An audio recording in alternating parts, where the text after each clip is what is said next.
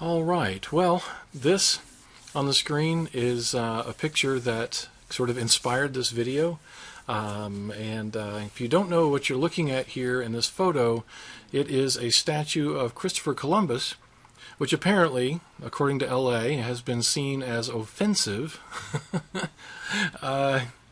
to people that really need to work on getting a hobby. But I think it's so many people are confused. So many people take what they were taught in, like, public school, and then after graduating never questioned anything about what they were taught, and it seems to be building on itself in a way that is just so twisted. I've told the story to friends and family about Christopher Columbus many times, and about the reality of discovering America. And Christopher Columbus certainly was a part of that. But regardless of whether he actually discovered America or not, for instance, let's face it, he showed up and there were people there. So he didn't exactly. When we say discovered, he discovered it for Western Europe, or for Europe and Western culture. Okay, so that's okay. He may not even been the first from Europe to make it over here, but it doesn't change the fact that he is an incredibly important, significant historical figure, and the history that led up to Christopher Columbus, the reason for his trip, was so important, and so forth, that I'm going to tell this little story for you, and I'm going to cover three basic areas. Number one, the American natives, and where they come from, what do we know about them, and so forth, because boy is that twisted. And I'm just going to stick to what we know. And then secondly, I'm going to talk about the Roman Empire, because this is the beginning of the foundation, and I'm not going to spend a lot of time on it. But knowing a little bit about that will help you understand something you probably have never understood about the significance of Christopher Columbus and what made him successful in his journeys to America. All right, and then finally, and I'm going to put this in the middle actually, because I'm going to try and stick to some timeline, structure here, is the Vikings. If you want to say who from Western culture first made it to America, there's very, very, very little doubt that it was the Vikings at this point. More information is coming out about that every year, and I'm going to touch on that and talk about it at a very high level. But let's do this, because this is ridiculous. You want to take down Robert E. Lee, Southern icons and things like that, because people find it offensive. That's one thing, but one of the reasons that so many people push back on that is, where does it end? Absolutely everyone has things that they've done in their life that they're not proud of, and absolutely no one could actually be an icon. But you could certainly say, and I'm going to cover this right about now, that the American Indians do not deserve to be Indigenous People Day if Christopher Columbus is going to be eradicated. I'll explain why.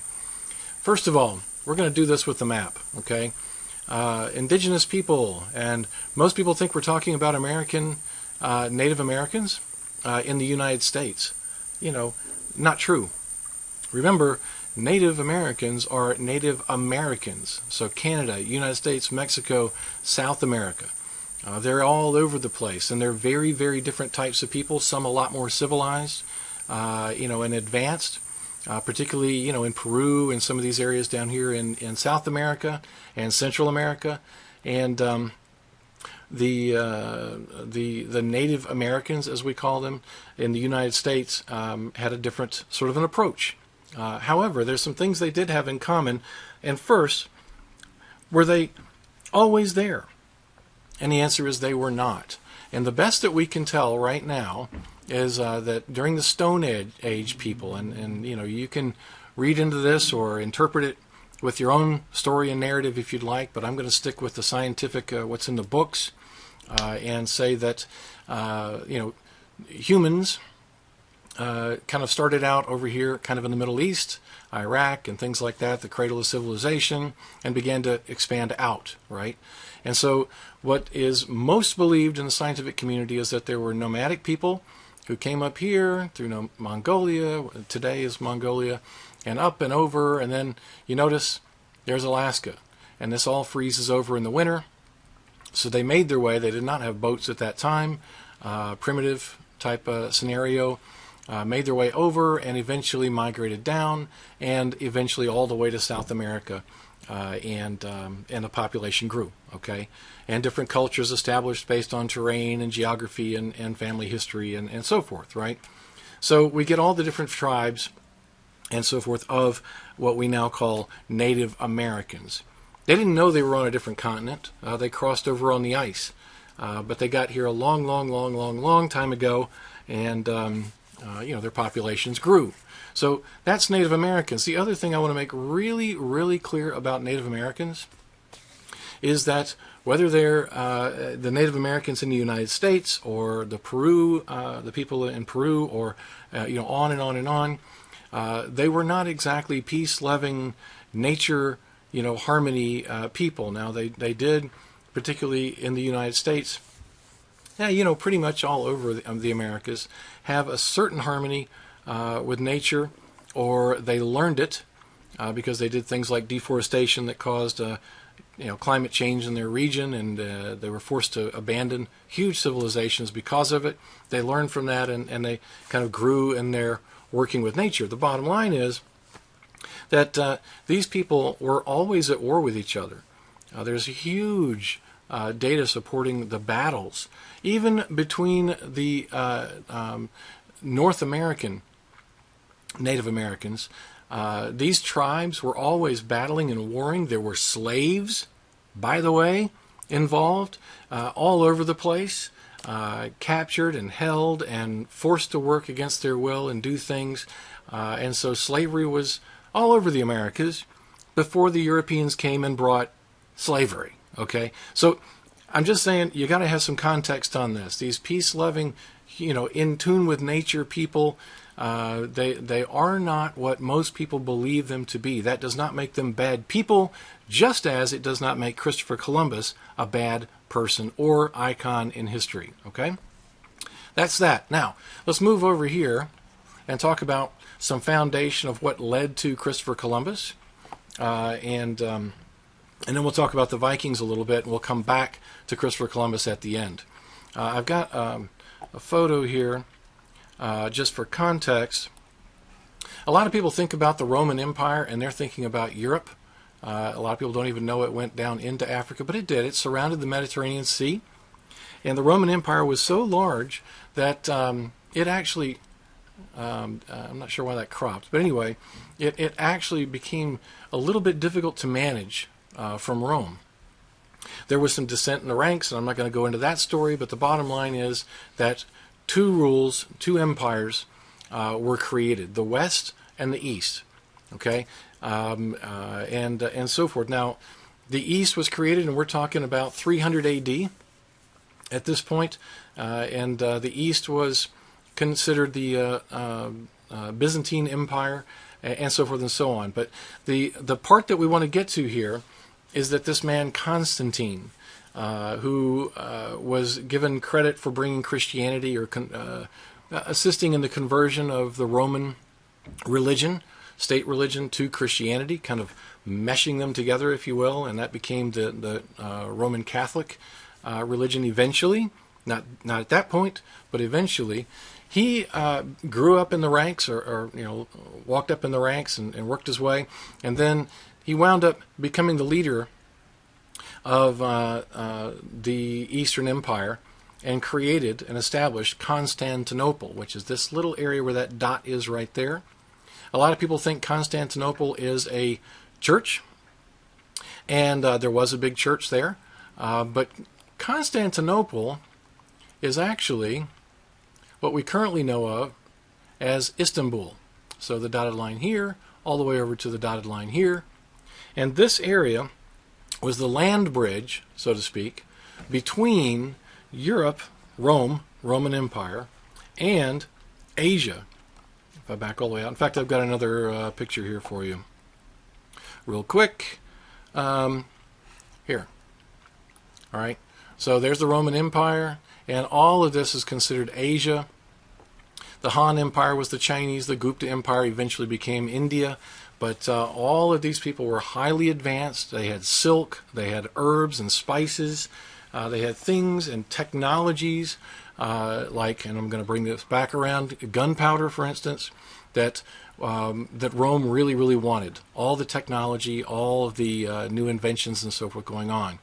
We're not taught this in school, but a large, large part of what made Rome Rome were technologies and cultures that came from Asia. I'm going to leave that there for now because I don't have time to go any deeper, although that is incredibly interesting.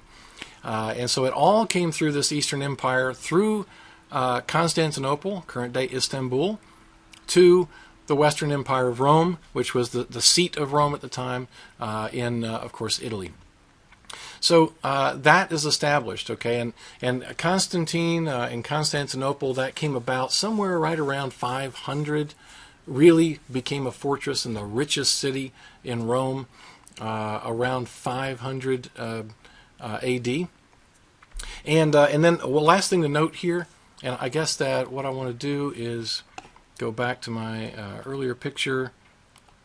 Okay, when we talk about the Dark Ages, just for context, remember, Rome fell to the Mongols and so forth that came from the north. Well, that brought all of the Western Empire into the Dark Ages. The Eastern Empire, a lot of people don't realize, was still thriving and doing just fine. And the West fell into the Dark Ages, okay? So when we hear about the Dark Ages and we think that that was a global event, a lot of people do believe that was a global event. It was not. It was nothing but the Western Empire of Rome becoming very, very uncivilized, okay? And so when that happened, the Eastern Empire started looking at how to rebuild. And that led to what we kind of currently understand in history as the Roman Catholic Church. Instead of having a civil government, single government trying to reestablish order, the Roman Church and religion was used, and Christianity, you could say, to help rebuild Western Europe, which became, Europe as we know it today eventually, and so forth and so on. So I'm going to leave that there. We're going to come back to Constantinople in a moment. But really quickly, after all of that happened, after the Dark Ages, the year was somewhere around, I don't know, I guess it was about 950 A.D., is when a man who's known very well known as Eric the Red, who was a Viking in Norway. His father, he was 10 years old, his father got convicted of basically murder, manslaughter, and instead of killing him, they just simply told he and his family that they had to leave Norway. So they did, and they came over to Iceland. And they settled a colony and had a big farm and so forth. I'm going to keep moving on here. And then Eric the Red grew up, had his own farm, had his own family. He had a son here, and then he wound up with some landowner right issues. And once again, a homicide occurred. He was blamed for it, and I think there's very little doubt that he actually did it. But anyway, he was told, "You got to leave Iceland for 3 years." So he did.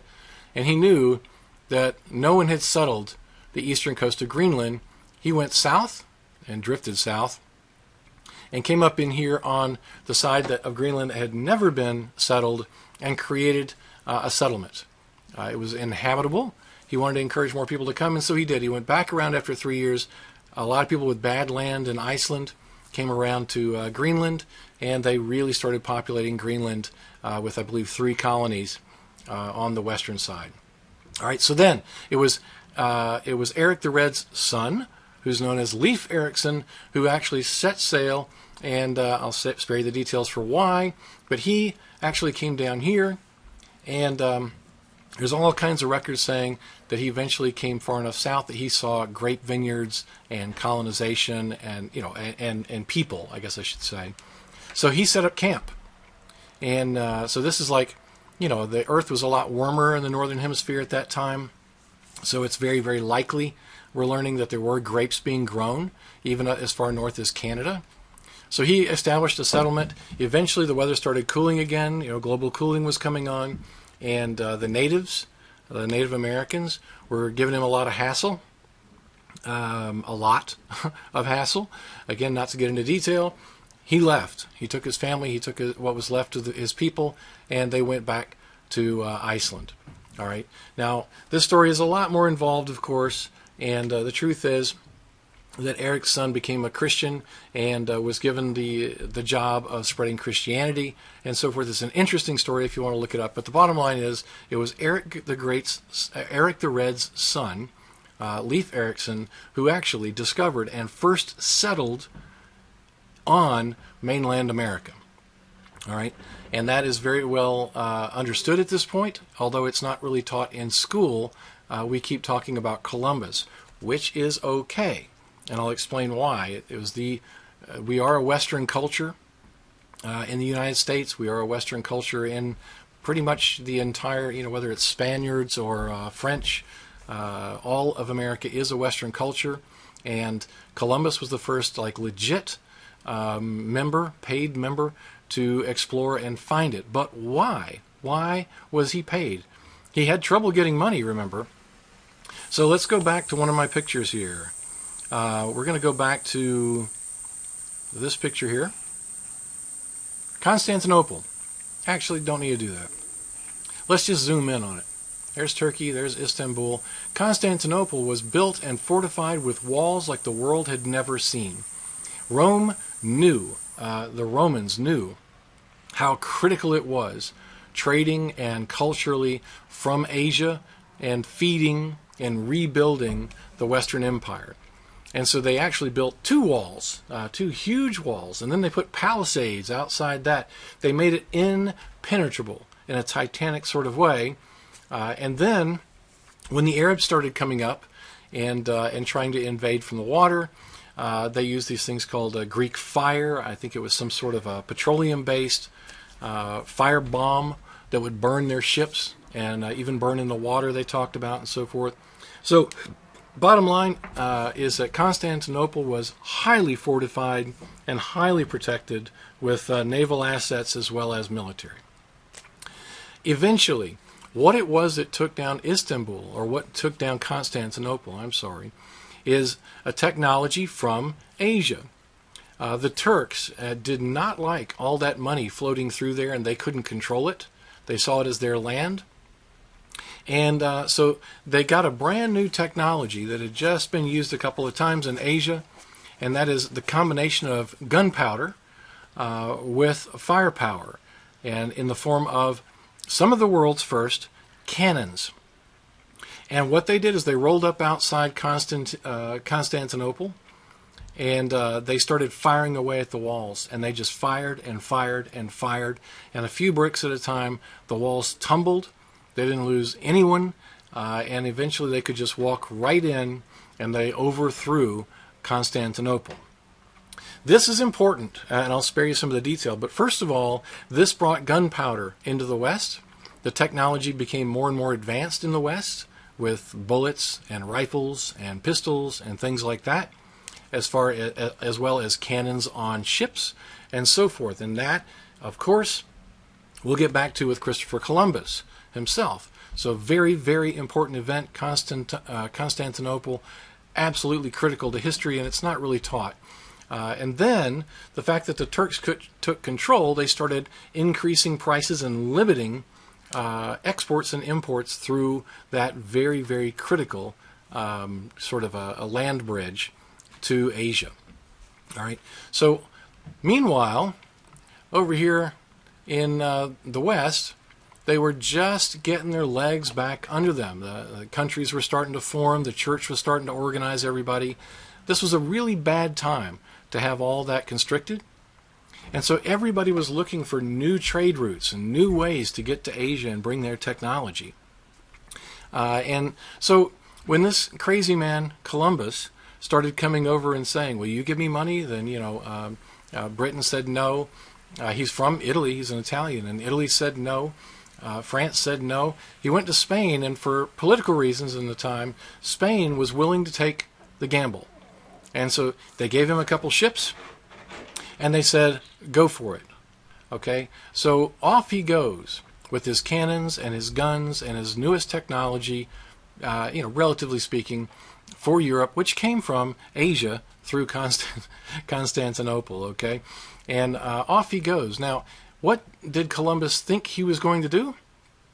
Well, something that we are all taught, I'm going to zoom way out, is he thought he was going to not float off the end of a flat earth, but instead show up in the Orient, okay? Specifically, if you look across from Spain and you draw a line, he thought he was going to land in Japan. And of course he didn't. Now he knew that he had drifted south.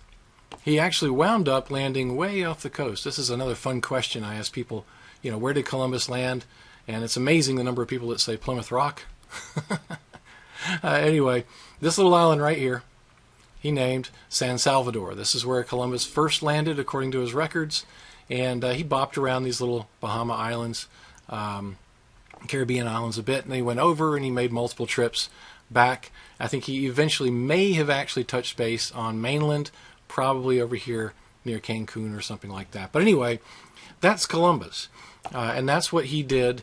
And instead, and this is just kind of a little funny point, I'm going to back way out again.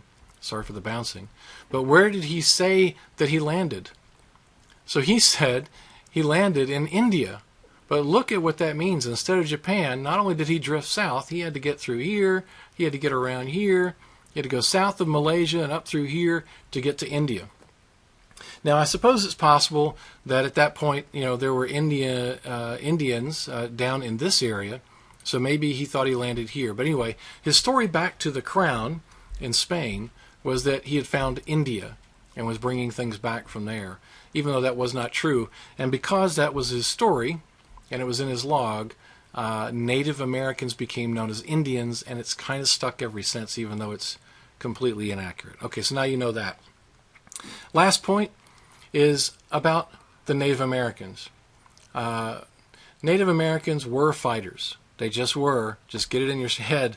They were fighters. They fought ruthlessly between tribes, and they did have slaves, and they did have a lot of things that we don't give them credit for. And so Columbus, if he had not had access to firepower, gunpowder, cannons, and rifles, he probably would have been run off just like the Vikings. They were very good fighters, and they did have bows and arrows and things like that. They probably would have been killed. And maybe he wouldn't have even gotten back the first time. Who knows? But the bottom line is they were very efficient fighters, and the only thing that Columbus had was his one advantage, gunpowder and things like bayonets and things like that, technologically more advanced with metals, and also shipping and things of that nature, and boating. So all the technical advancements of Europe is what wound up beating the Indians. But Indians weren't trying to beat each other when we got here, right? Or when he got here. So this was just a matter of a force that they had never encountered, wound up overtaking them, which is the same story that plays out throughout history all over Europe and the Middle East and China. This is the way things went back then. So being insulted by the fact that it happened here in America is just plain silliness, right? There's no point to it, and it was just what happened back then. How did France come about? Was it always there? No, they overtook it and established their territory. A lot of people died. A lot of people were sent away, driven away from their land. Same thing for Britain. Same thing for Greece. Same thing for and on and on. Well, I mean, you could go back and say the very first known advanced civilization was in Africa, right? And that civilization in Egypt was overtaken by who? The Greeks, and they just tore the place up, and they took kind of a possession of the Nile and everything that was there, and then what happened? Well, the Greeks wound up being overtaken by the Romans. And a lot of stuff, they got stolen, they got run away, they were overtaken, they became a part of the Roman Empire. Who's that fair to? So the stories go on and on and on. The only thing that makes the story of Columbus and the eventual eventual overcoming of the Native Americans by Western culture is the fact that there is this large body of water between them. Okay? If you understand that, maybe you'll have a little more sense of kind of how all this pulls together. And so I wanted to create this video. I know it's longer than most videos I create, but we covered a lot of time here. Christopher Columbus sailed the ocean in 1492. I started this video talking about Native Americans coming over during the Stone Age. So there's a lot of details in here. It's really very interesting, and I encourage you to check it out with more detail or research if you'd like. I hope this helps in some way, but I really just thought it made sense to pay a little bit of homage to the man that brought the West culture of Western Europe to America, which has become our culture throughout America, through good and bad, through ugly and pretty, through ingenious documents, through freedom, and through all the things that come with a new nation and a new continent standing on its feet using the best possible technology. That's about all I got to say about that. Have a great day.